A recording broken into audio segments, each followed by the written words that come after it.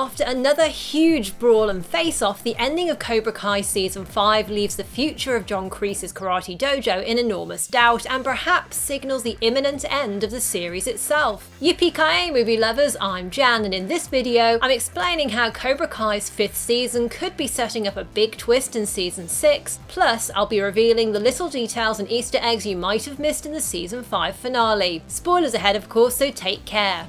Season 5 ends with a smashing showdown as Daniel triumphs over Silver, crane kicking him through a giant glass cobra. As Silver students line up to quit and throw off their Cobra Kai shirts in disgust after the revelation their sensei bribed the referee at the All Valley tournament in Season 4, it appears that Cobra Kai's days may truly be numbered. Interestingly, Daniel defeats the sneaky sensei by employing against him the Quicksilver rules that Silver taught him in Karate Kid 3. This is exactly what Chosen recommended to Daniel in the very first episode. To catch serpent, you must think like serpent. We will use his style against him. Daniel's victory here shows he's been willing to embrace other karate styles in addition to those he learned from Mr. Miyagi, something he admitted to Johnny at the end of Season 4 when he saw his own daughter using some of Eagle Fang's moves at the tournament. I see some of what you teach can be good sometimes. This continues the overarching Cobra Kai series theme of former foes reconciling and then making something new by blending their contrasting attitudes and styles of karate together. We've combined our different styles to train our students into the best fighters I've ever seen. By the way, notice that the way Daniel lands his final blow on Silver by crane kicking him into the glass cobra on the wall behind him is a callback to when Silver fell into a pane of glass during the fight with Mr. Miyagi in the Karate Kid 3, as well as to Daniel's winning kick to take out the young Cobra Kai star Johnny in the original movie.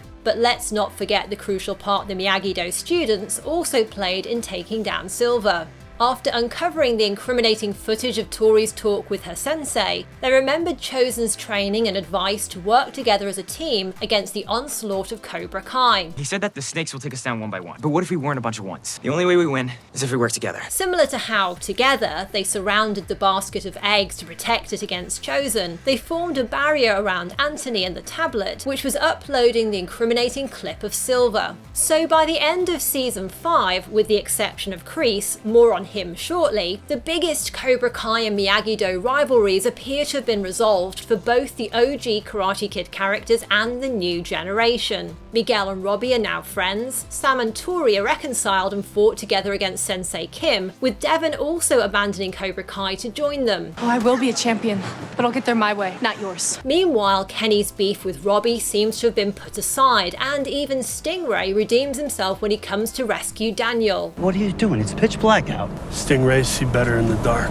But with Silver hauled off by the police, what's left now for the series and the Cobra Kai legacy he repeatedly spoke about in Season 5? I never had any children. My only legacy is Cobra Kai. Well, conveniently in Season 5, we're introduced to the granddaughter of Master Kim, who Silver invited over from Korea to join him at Cobra Kai. I did not get on a plane for money. What I'm offering you is legacy. Your grandfather didn't teach American soldiers the way of the fist just to use on the battlefield. We have to share his style with the world. As a child, she avidly watched the young Kreese and Silver train with her grandfather, and she's clearly motivated to make her own mark in the martial arts world now. Silver may be arrested, but Cobra Kai as a dojo was already accepted to compete at the Sekai Taikai International Tournament, and if she wanted, she could recruit her own students perhaps from Korea and enter the competition under the Cobra Kai name, thus continuing the legacy of Cobra Kai, fulfilling what Silver predicted. Cobra Kai will go on forever. Though of course it's also possible that she'd want to distance herself from the bad publicity surrounding Silver and his dojo.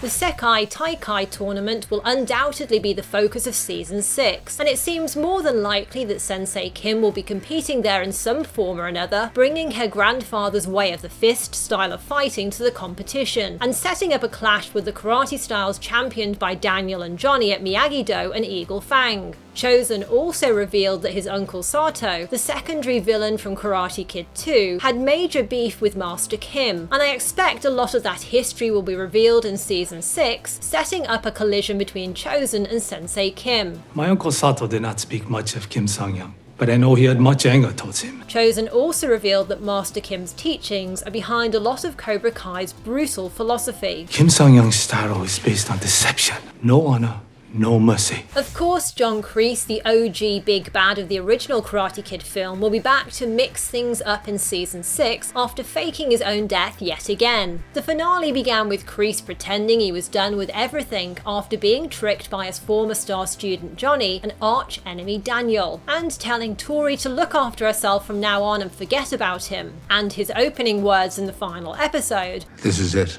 End of the line. are a callback to what Danny's mum said to her teen son when they first arrived in LA, the event that kicked off the whole Karate Kid and Cobra Kai saga. This is it. This is the end of the line. That's a clever little signal that although Kreese claims he's giving up, this moment is really just the beginning of a new chapter in his life, just like it was for Daniel all those years ago.